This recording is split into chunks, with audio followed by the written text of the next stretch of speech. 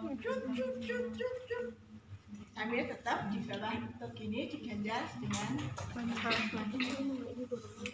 jadi kalian boleh melihat gambar-gambar itu, oke. Tetapi prinsipnya kalian dapat ya. Kenapa harus begitu? Kenapa harus begitu?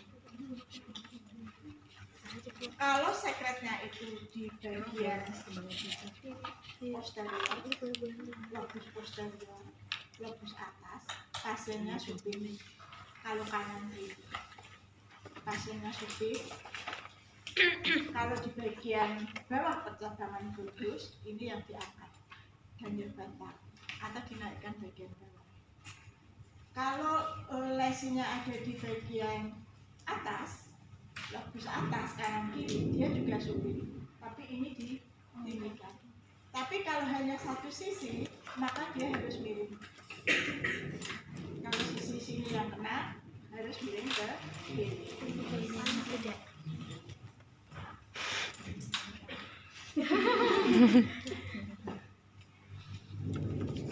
Pasang apa namanya itu pengamannya ya, sambil kita atur supaya dia naik satu voller atau high voller.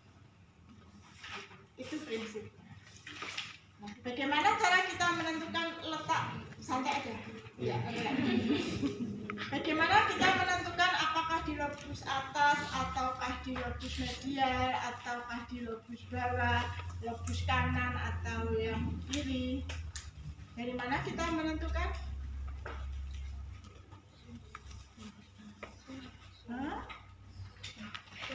Dengan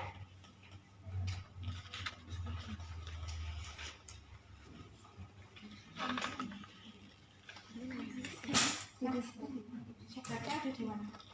Apa suster? Tanya ke pasien. Dari mana? Suara nafas. Jadi dari pemeriksaan auskultasi, di mana terdengar suara nafas. Suara nafas yang bagaimana? Kalau suara nafasnya vesikuler ya bersih ya tidak perlu. Tapi kalau ternyata pas kita periksa di 10 titik auskultasi ternyata di wilayah atau di lobus tertentu terdengar suara ronki, dari ronki yang halus maupun ronki yang kasar ya. Kalian klik YouTube ya, ada bedanya wheezing seperti apa, ronki seperti apa, dan seperti apa.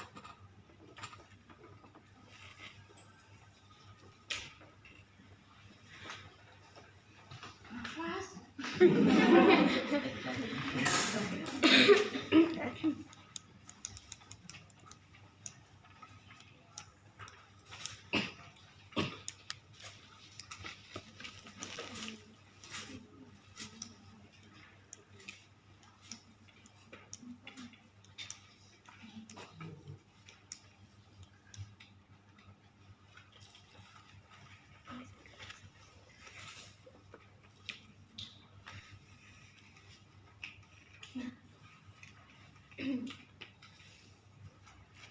Sampai ke lateral.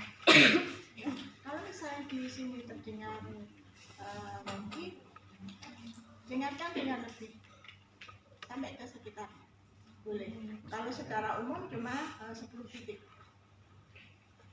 Siksa, siksa, turun, siksa sampai ke lateral, sampai ke lateral. Kalau sekiranya ini terdengar banyak sekali suara nafas tambahan, boleh lebih dari 10 titik tadi. Didengarkan lebih seksama. Mana yang paling penting? Ya, kalau sudah didapat, kita cocokkan dengan foto. Akan terlihat apa kalau ada sekret di situ? Apa hitam?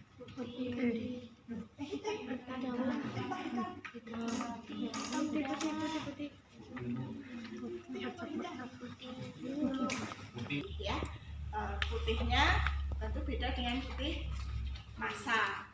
Ya, kalau kalian bisa lihat bedanya putih-putih pada tulang iga dan putih pada bagian paru ya. Kalau nanti ternyata putih semua, gede paru loh dia. Kalau putih semua, tenggelam dia. Paru-parunya tenggelam dalam cairan. Kayak pasien COVID kemarin, ya, ARDS, stres. Nah, sampai kapan ini postural drainasenya? Berapa lama?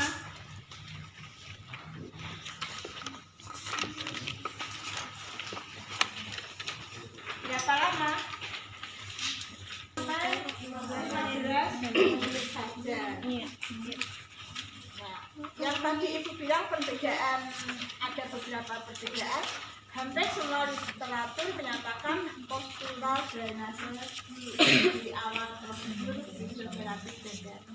Padahal kalau kita tahu tujuan fisioterapi dada adalah mengalirkan sekret atau infus ke infus utama, ke jalan nafas utama, ya kan? Tapi itu kan kalau sikapnya sudah lepas dari yang nempel-nempel di sepanjang dinding punggung dan punggung. Ya kalau masih nempel, belum lepas, mau dijungkit balikin juga kan nggak bisa mengalir. Ya, jadi ada yang menyatakan kenapa nggak perkusi dan vibrasi terlebih dahulu. Nah, tujuan perkusi dan vibrasi yang prosedur kedua itu tujuannya adalah untuk melepas infus dari dinding saluran nafas. Dengan cara apa? Perkusi atau clapping atau tapotemen. Ada nggak di situ? Ya, perkusinya perkusi dulu ya, bukan perkusi yang untuk asesmen ya, beda. Perkusi atau clapping kalau nanti di rumah sakit, Dek tolong ya itu bapak yang di pojok, Pak Anugrah itu sekretnya banyak, nanti tolong diklapin ya. Siap Kak, itu artinya percussion atau tapotemen. Bagian mana Kak? Udah rata aja semua. Kenapa rata aja semua? Ya mungkin karena dia koma atau apa sehingga banyak infus, tidak spesifik di satu tempat tertentu. Ya jadi kita tapping semua adalah baik. Tapi kalau cuma satu wilayah atau satu lokus yang spesifik, kita lebih fokus ke tempat yang banyak sekretnya. Ya. Jadi prosedur kedua adalah apa tadi? Perkusi atau clapping atau tapotemen.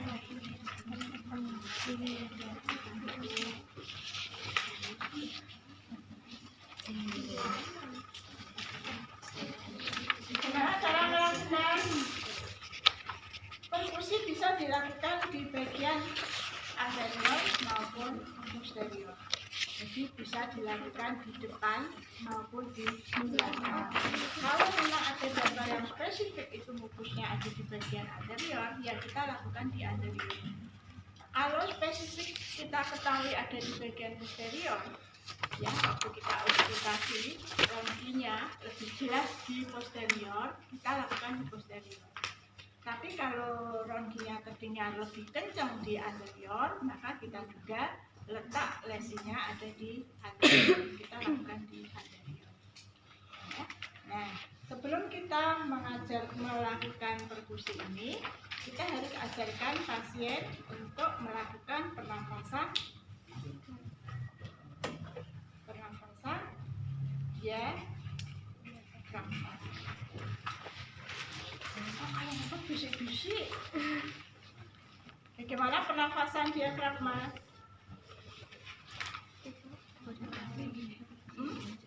Pernafasan yang arah pengembangan parunya mendorong diafragma. Ya, ada yang bilang pernafasan perut. Gimana caranya?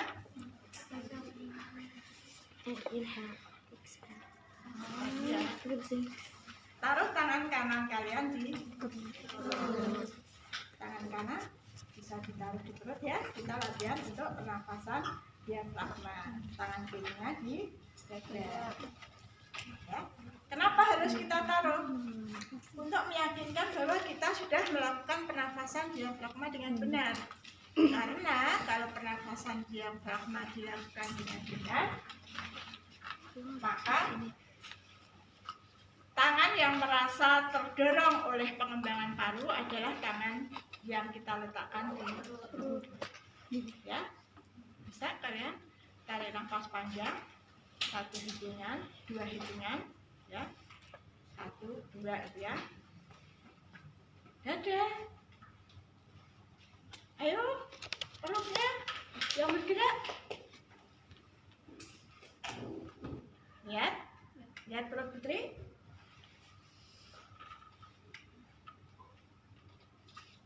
Susah karena kita biasa pernafasan dada. Coba bisa? Bisa pernafasan diafragma? Coba inspirasinya 2 hitungan, ekspirasinya 4 hitungan. Ikuti aba-aba Putri ya. Mulai. 2, ekspirasi 1, 2, 3, 4. 1, 2, inspirasi 1, 2, 3, 4. Kalau 1, 2 berarti inspirasi ya. Kalau 4 ekspirasi. Yuk mulai. Oke, 1, 2, 1, 2, 3, 4. 1, 2, 1.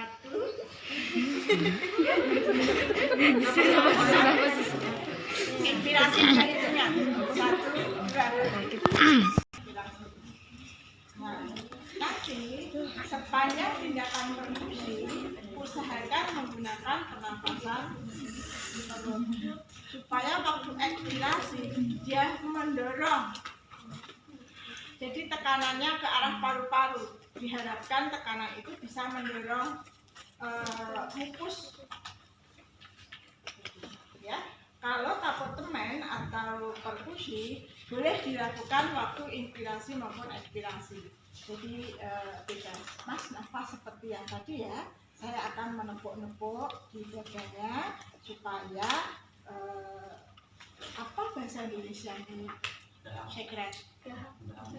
Supaya dahak yang masih nempel di bagian paru-paru masnya bisa lepas ketika kita sebut ya. Boleh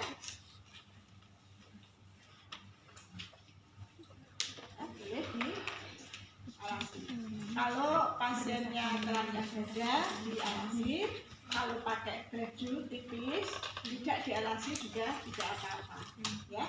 Tapi nanti waktu ujian Oscar dialasi ya, biar tidak sakit. Bagaimana teknisnya? Kita menyiapkan tangan kita menyerupai mangkuk ya. Jadi menepuknya hanya di bagian tepi dari telapak tangan kita dan jari-jari. Jadi bukan seluruh telapak ya, plak gitu bukan, tapi seperti mangkuk ya.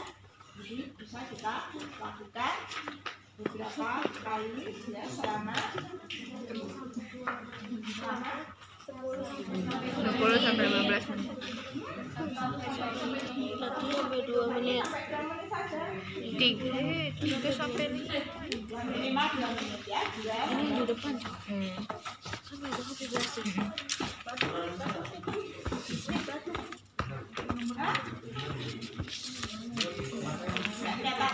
Apa?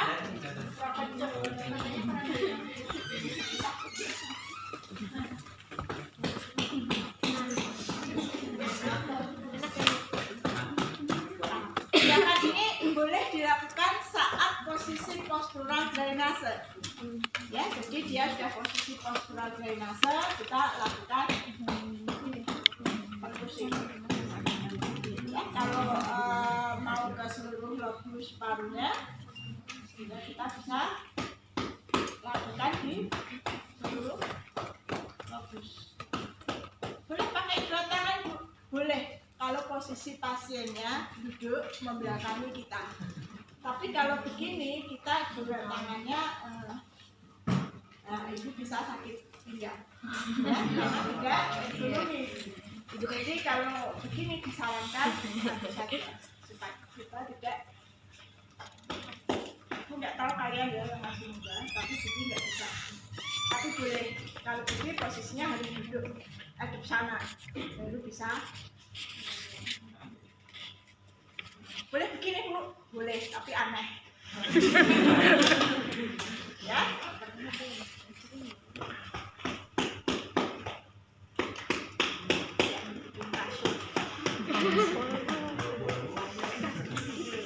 Ya, kalau ada kontraindikasi pasien tidak mungkin untuk dilakukan perfusi, maka hanya boleh dilakukan vibrasi. Kalau pasiennya nggak ada kontraindikasi apa-apa, nggak ada nyeri, dia alert, dia sadar, atau yang koma sudah nggak apa-apa, asal tidak ada batuk darah, ya itu boleh kita kombinasikan dengan vibrasi. Tetapi vibrasi ada tata cara khusus. Kalau perkusi kan boleh saat dia bernafas apapun, waktu inspirasi maupun ekspirasi kita boleh lakukan. Tapi kalau vibrasi hanya dilakukan ketika dia ekspirasi. Jadi pasien kita minta untuk tarik nafas panjang dan menghembuskan perlahan-lahan. Bisa tarik nafas panjang?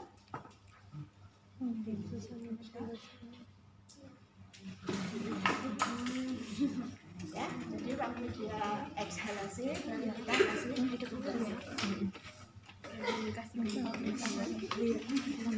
ini lebih melelahkan.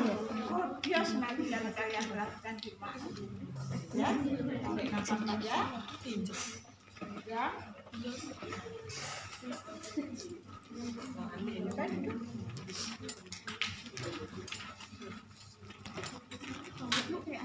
Ya, kalau mau bagian belakang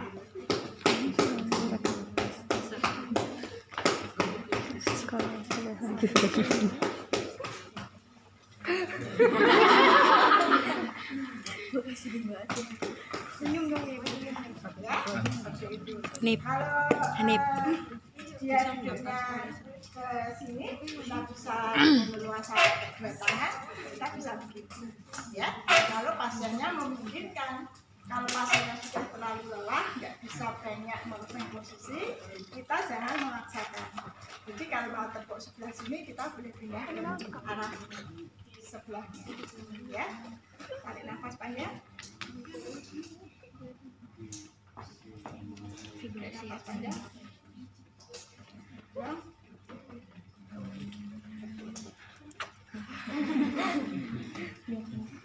Bisa dicoba sebelah sebelah. Ya, Lebih kepincut sebenarnya. nafas dalam melalui hidung, mengeluarkannya melalui mulut. Dengan mulut Mengangkat. merujuk, ya. Nafas dalam.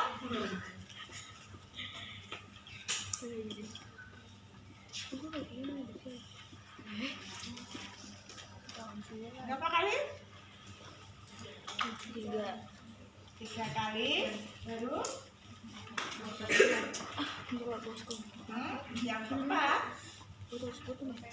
dibentukkan dengan penuh tekanan ya. Semua. Ya, boleh batuknya langsung 2 kali. Ada literatur yang mengatakan batuk dengan tekanan kuatnya itu 2 kali berturut-turut. Yang satu untuk benar-benar melepaskan dari dinding, yang kedua untuk meluncurkan ke luar.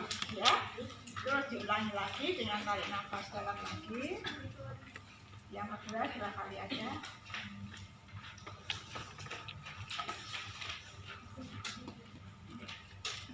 Tahan 2 detik baru ya. 2 detiknya untuk apa? Untuk menarik Ya, nafas. mengumpulkan energi ya, mengumpulkan niat ya untuk ya.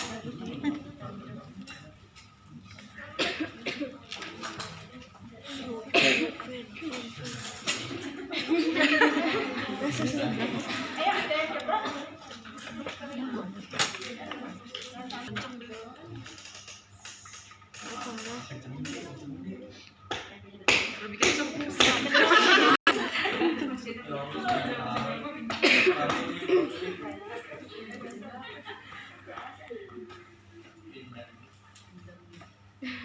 Ada dengar semut. Ke ini ya.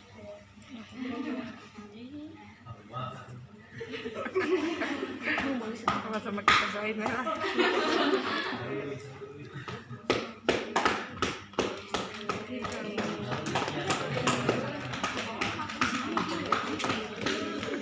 Pulang-pulang kayak habis digarap.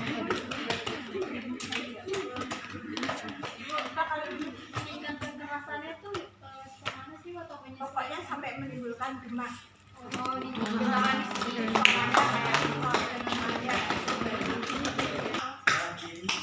Gak usah macem-macem cuma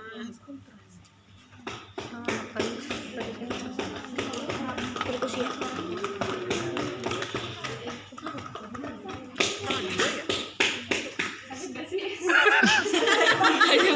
Tapi